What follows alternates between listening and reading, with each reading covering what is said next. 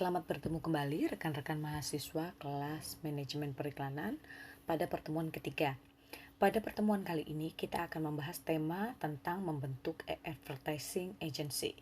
Nah, pembentukan advertising agency ini dimulai dengan pemaparan bagaimana evolusi sebuah advertising agency atau evolusi biro iklan. Paparan ini didasari dari teori-teori dari buku Renald Casali. Nah, pada awalnya biro iklan hadir sebagai perpanjangan tangan media. Artinya bagaimana? Artinya bahwa biro iklan itu pekerjaannya cuma membeli waktu dan ruang di media atau membeli space di media. Sehingga biro iklan pada saat itu hanya hidup dengan komisi pihak media saja. Biasanya produsen atau pemilik brand itu tidak mengetahui atau tidak punya pengalaman tentang bagaimana teknis pemasangan iklan, settingan huruf, dan bagaimana menaruh informasi dalam sebuah media iklan. Sehingga biro iklan punya tugas untuk membuat ilustrasi sederhana dan juga memilihkan media-media yang tepat di dalam media beriklan sehingga para pemilik merek ini nantinya dapat mengiklankan produknya dengan komunikasi yang baik dan dapat diterima oleh pembaca media. Nah, itu yang dilakukan biro iklan pada fase-fase awal perkembangan biro iklan. Dan kemudian, akhirnya biro iklan berkembang tidak hanya berjualan space media saja, tetapi mulai masuk ke era kreatif dalam periklanan modern. Era kreatif ini dimulai pada sekitar tahun 1898, di mana biro-biro iklan mulai bisa memberikan nilai-nilai kreatif pada iklan yang mereka buat.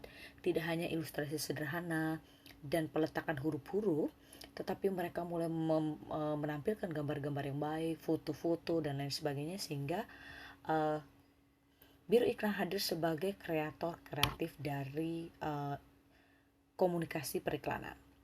Selanjutnya, evolusi biro iklan masuk ke era biro iklan full service. Biro iklan full service tidak hanya menyediakan iklan-iklan yang bentukannya kreatif, tetapi sudah dimulai dengan melengkapi layanan-layanan yang lebih kompleks. Maksudnya bagaimana? Bahwa biro iklan juga memberikan layanan untuk riset baik di bidang pemasaran atau riset-riset di bidang-bidang lainnya. Biro iklan bisa juga mengenalkan produk baru dengan model melakukan tes pemasaran. Biro iklan juga bisa membantu penentuan positioning brand, bahkan bisa juga apabila mereka punya armada, mereka bisa menyebarkan contoh-contoh produk door to door kepada konsumen. Jadi biro iklan full service memiliki cakupan pekerjaan yang lebih luas daripada biro iklan di masa-masa sebelumnya. Nah, ini adalah evolusi biro iklan. Nah, dewasa ini di Indonesia terutama, perusahaan-perusahaan iklan banyak bernaung di sebuah organisasi yang disebut Persatuan Perusahaan Periklanan Indonesia atau P3I. Nah, kebanyakan dari biro iklan yang bernaung di P3I adalah jenis biro iklan full service agency. Sebenarnya kenapa sih kita itu lebih diuntungkan apabila memilih full service agency? Prinsipnya adalah begini. Apabila sebuah perusahaan yang begitu besar dengan yang menangani bidang komunikasinya juga cukup banyak orang, itu harus berhubungan dengan banyak sekali biro iklan. Misalnya untuk membuat iklan cetak menghubungi biro iklan A, untuk membuat iklan internet menghubungi biro iklan B, untuk membuat iklan outdoor menghubungi biro iklan C. Maka tidak terjadi sentralisasi komunikasi dari pihak merek. Itu harus membagi konsentrasinya kepada banyak biro iklan, banyak pihak, dan harus mengkomunikasikan berulang-ulang informasi tentang brand itu kepada beberapa pihak. Nah, ini menghabiskan energi. Maka dengan menggunakan full service agency itu terjadi sentralisasi tanggung jawab.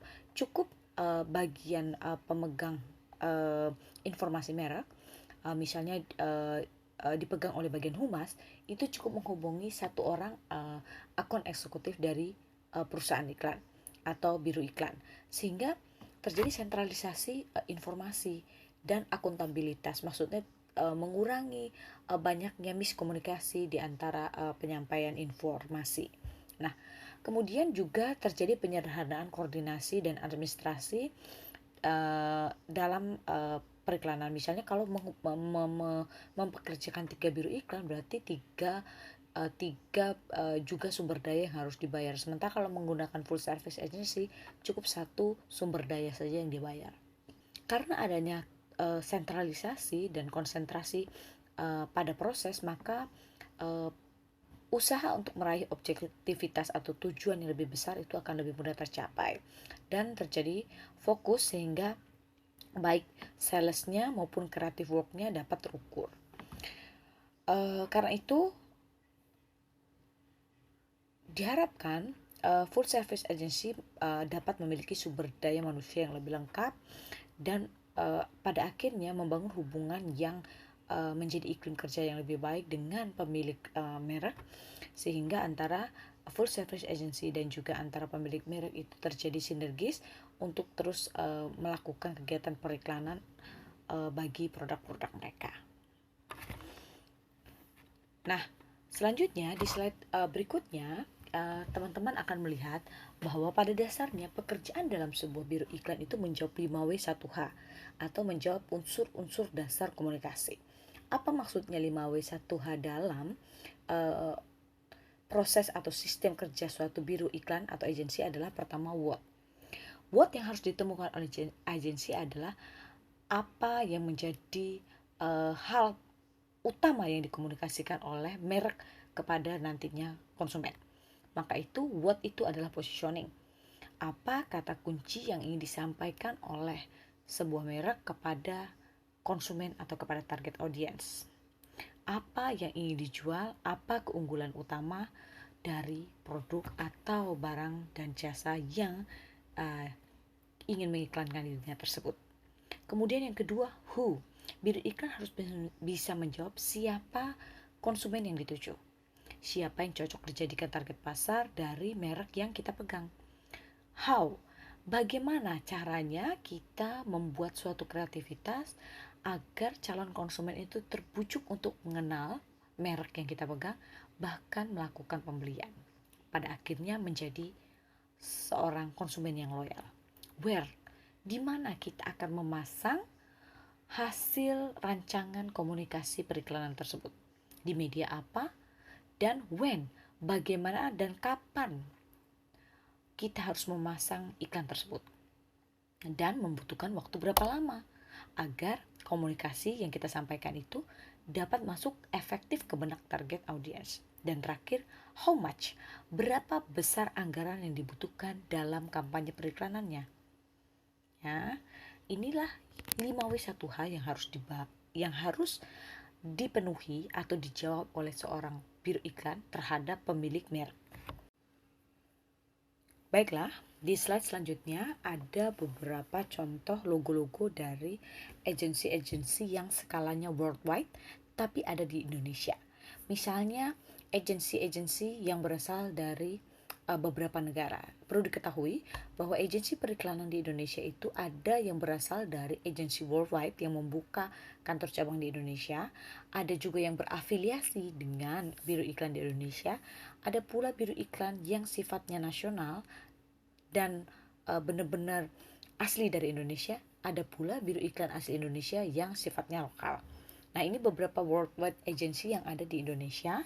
Misalnya dari Jepang itu ada Hakuhodo, ada Dentsu, kemudian dari London ada Saatchi & Saatchi, dari India ada Lowe, VML, dari USA itu ada banyak, ada JWT, John Walter Thompson, Mikan Erickson, Ogilvy, BBDO, Leo Burnett, dan dari Prancis misalnya ada TBWA. Nah, ini hanya beberapa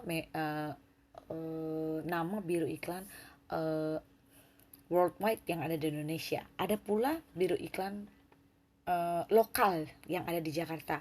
Biro iklan lokal ini adalah biro iklan yang benar-benar pure asli Indonesia, bukan berasal dari luar negeri kemudian membuka kantor cabang di Indonesia. Misalnya ada Fortune Indonesia, ada Narada Communication, ada PBC atau Power Brand Communication, ada Berakar Komunikasi, ada The Drawing Squad, dan ada Panterai. Nah, ini adalah beberapa local agency yang mampu bersaing dengan biro iklan worldwide dan mereka memegang klien-klien nasional juga, sama seperti biro iklan worldwide.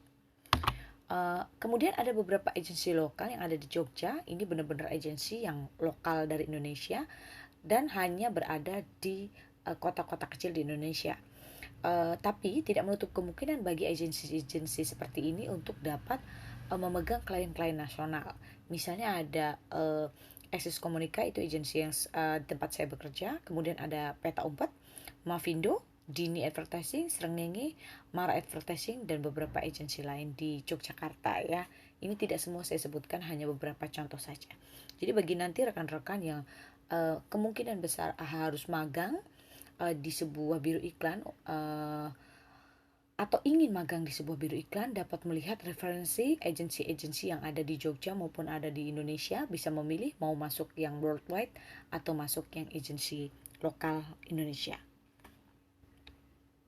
Nah, mau itu perusahaan multinasional maupun lokal, itu sebenarnya punya kesamaan tugas. Jadi tidak kemudian yang multinasional itu punya skup tugas yang lebih besar daripada yang nasional atau yang lokal, itu tidak. Jadi semuanya sama. Yang pertama, semua biro iklan itu bekerja untuk kepentingan klien atau pengiklan ya. Jadi biro iklan bekerja untuk kepentingan klien. Kemudian tugas dari biro iklan adalah merencanakan kampanye iklan. Dan biro iklan wajib melakukan kegiatan kreatif, menciptakan iklan yang benar-benar memiliki nilai kreativitas sehingga menarik minat dari target audiens. Dan yang terakhir, tugasnya adalah memasukkan iklan tersebut pada media yang tepat dan telah tersedia. Nah, ini adalah 4 unsur pokok tugas biro iklan. Mau multinasional maupun lokal sama saja. Kemudian apabila ada yang bertanya bagaimana modal untuk membentuk sebuah biro iklan, yang pertama, biro iklan mengutamakan sumber daya utamanya, yaitu sumber daya manusia. Jadi karena biro iklan adalah layanan jasa, di mana di sana ada jasa strategik, kemudian ada jasa kreatif, maka sumber daya manusia memegang peranan penting sebagai salah satu modal pembentukan agensi. Agensi yang baik diisi oleh sumber daya manusia yang cerdas dan mampu menjawab tantangan. Kemudian selain manusia, itu dibutuhkan peralatan fisik seperti gedung, komputer, internet, dan lain-lain. Ada biro iklan yang bahkan tidak memiliki bentuk gedung fisiknya, tetapi tidak bisa kalau tidak ada peralatan fisik yang lain, misalnya komputer, internet, dan lain-lain, tidak ada. Jadi selain sumber daya manusia harus ada peralatan fisik. Kemudian harus ada relasi. Kenapa harus ada relasi? Karena biasanya kliennya berasal dari relasi-relasi yang mereka miliki. Dan relasi ini juga penting untuk pengembangan strategi biro iklan. Misalnya Anda itu tidak punya sumber daya fotografi di dalam biro iklan, maka Anda harus mencari relasi fotografer yang dapat dijadikan vendor untuk mengerjakan konsep-konsep periklanan yang Anda buat. Model pembentukan agensi yang lain adalah harus punya klien. Kalau tidak punya klien, tidak mungkin membentuk agensi karena tidak ada yang dikerjakan. Kemudian yang kelima, membuat company profile dan kartu nama, itu dulu yang pentingnya. Company profile itu bisa bentuknya digital dan lain sebagainya, dan kartu nama untuk apa ya? Untuk memperkenalkan biro agensi Anda kepada orang yang belum mengenal. Yang terakhir, punya portfolio atau punya bukti kerja nyata apa yang sudah dilakukan. Untuk apa? Untuk meyakinkan klien bahwa biro iklan ini kompeten untuk mengerjakan merek yang ditawarkan tersebut. Nah,